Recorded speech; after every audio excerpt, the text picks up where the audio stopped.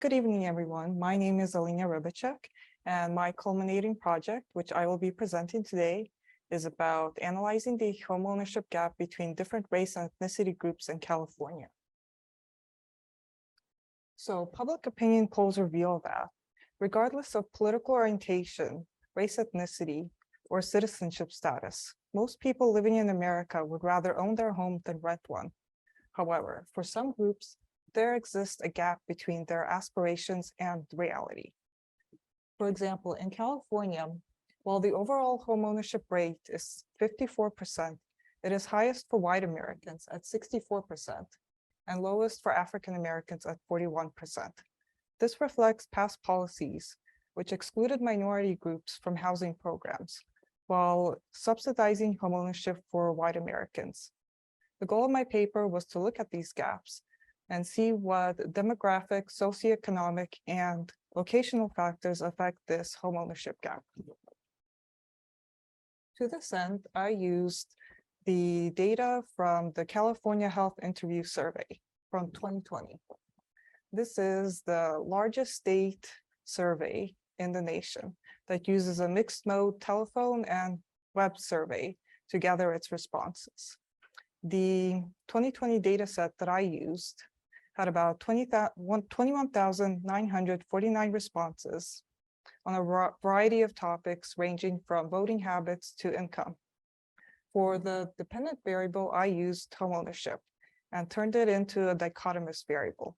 That's a binary variable, which is 1 if the respondent is a homeowner and 0 if they are a non-homeowner. For the explanatory variables, I used the following list. For race ethnicity, I used the survey's race ethnicity variable, as well as the language spoken at home variable. However, one constraint I ran into was that the survey did not include responses on things like savings or credit history, or whether the respondent had experienced discrimination in the housing market in the past. And these are my findings. They are measured in odds ratio, which shows that if the number is higher than 1, then their chances, their likelihood of being a homeowner is higher than the reference variable. And if they're less than 1, then they're lower. For example, African Americans had an odds ratio of 0.509.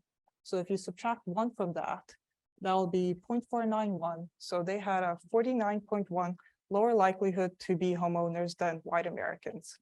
I did not find a statistically significant result for Hispanic Americans or Native Americans, but I did find that Asian Americans had a 45% higher likelihood to be homeowners than white Americans. On the other hand, those that speak Vietnamese or Korean at home were found to have a 70% and 61% lower likelihood to be a homeowner. And on the flip side, those who speak Chinese and English at home were found to have a 63% higher likelihood to be a homeowner.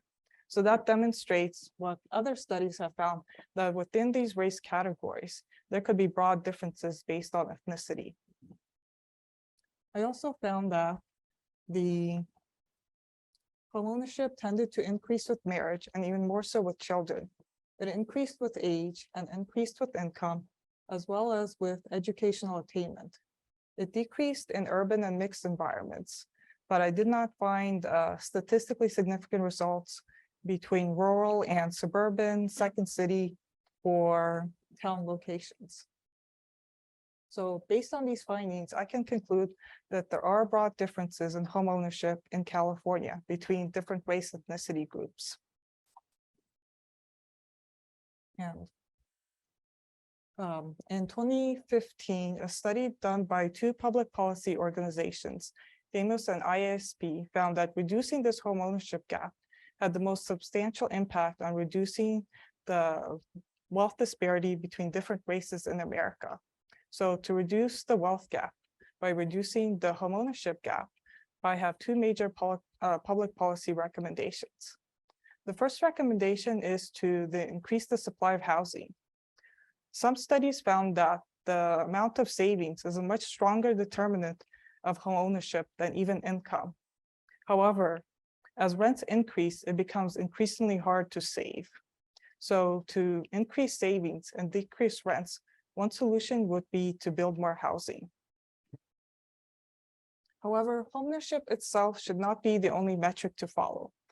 In her book, Race for Profit, the author describes how past federal policies seeking to increase the homeownership rate sometimes encourage people into buying a home against their best interest or their preferences. The resulting default wave wiped out many people's savings and ruined their credit history. The maintenance and repairs cost of a home also became a major financial burden. However, Milwaukee, which had been criticized by others for not meeting its homeownership target numbers, did not experience the default wave that was happening elsewhere. The reason for that is they practiced the Milwaukee way, which is slow but steady. It focused on providing money for home repairs, providing training in home maintenance and repairs, and providing financial counseling. Thus, my second recommendation is to, instead of looking at just increasing the homeownership rate, to create a comprehensive program that looks to provide long-term homeownership stability.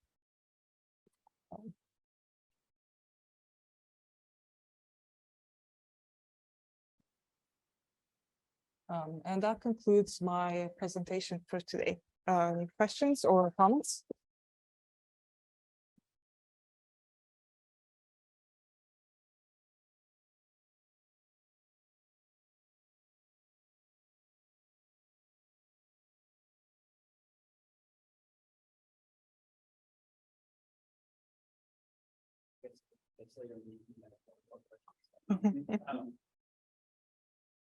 So this is all really interesting. One of the things that is striking is the differences across, as across the subgroups of Asian Americans. And I was wondering if you just had any thoughts, or I know you don't have the data to prove anything, but any thoughts or insights or suggestions about how to sort of tease out what's going on there. Yeah, actually, other studies have looked into it. They found there's like you really have to look at it group by group. Like, for example, Taiwanese, I think Taiwanese Americans like high levels of homeownership, but they had a lot of immigrants and they were low income. But when they immigrated, they had a lot of savings. So that allowed them to become homeowners quickly than other groups. And some other groups, they found like this group had more like single parent households, or this group had like some, savings, or it was immigration or something like that. That was the issue.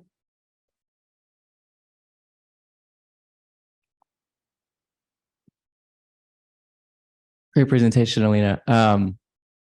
A question that came to mind, how in the CHIS data is socioeconomic status measured? Because all these results you present right are after controlling for that, which suggests that the differences you see among groups is not due to just like how much money you have, which would be very surprising, right? Because we would think of that as like the number one biggest gap in home ownership. So that's a pretty surprising finding that it was so strong across groups after controlling for that. So I'm wondering if any of it is due to how that variable is measured, and if it's actually, to the extent it's accurately capturing people's savings versus income and stuff like that, because that can make a big difference. Yeah. So it just kind of, I think for each person, they reported their income, but the one that's missing is the savings. That wasn't reported the CHIS data, so I couldn't look at it. But other studies found that that's the more important factor to look for instead of income, actually. Your down payment, right? Yeah, the down payment.